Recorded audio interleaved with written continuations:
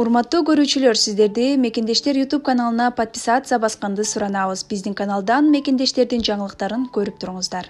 Москвада такси айдаган кыргыз жараны курьер болуп иштеген мекендешин өлтүрө сүзгөнү айтылууда. Москва шаарында такси айдап иштеген кыргыз жараны курьер болуп иштеген дагы бир кыргыз жаранын өлтүрө сүзүп кетти. Бул тууралуу Суперкейджи порталына Орусиядагы мекендештер билдиришти.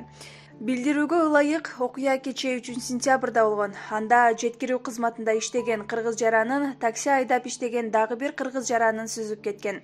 Жабырлануучу алган жаракатынан улам ошол жерден каза болгон. Ал 34 жашта болчу. Орусиянын башкы прокуратурасы кырсыктын видеосун Telegram каналына жарыялады. Учурда бул факты боюнча прокуратура иликтөө иштерин баштады. Бул боюнча Кыргызстандын Орусиядагы элчилигине байланыштуу азырынча мүмкүн болбой жатат. Урматтуу көрүүчүлөр, сиздерди Мекендештер YouTube каналына подписация басканды суранабыз. Мен асмандан издеп жүрсөм бейишти, апакебай таманыңда турбайбы? Дүйнө, байлык, калгандары мейлили, апаларды өлбөс болчу кылбайбы демекчи.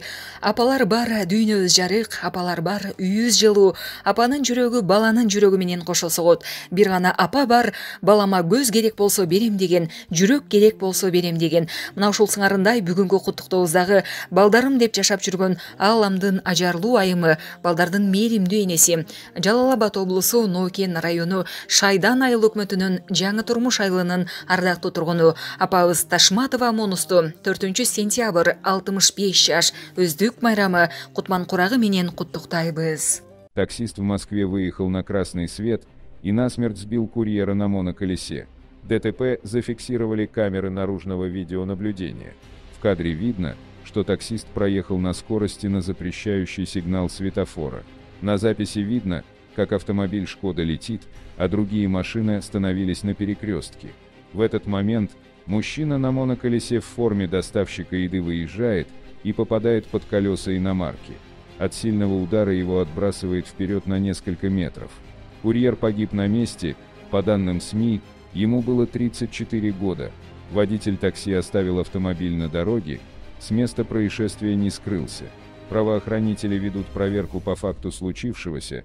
Ее ход взяла на контроль прокуратура Юго-Западного административного округа. В июне таксист сбил пешеходов в районе Солнцева, проехав на красный свет и не сбросив скорость перед пешеходным переходом. Тогда пострадали 3 пешехода, их увезли в больницу.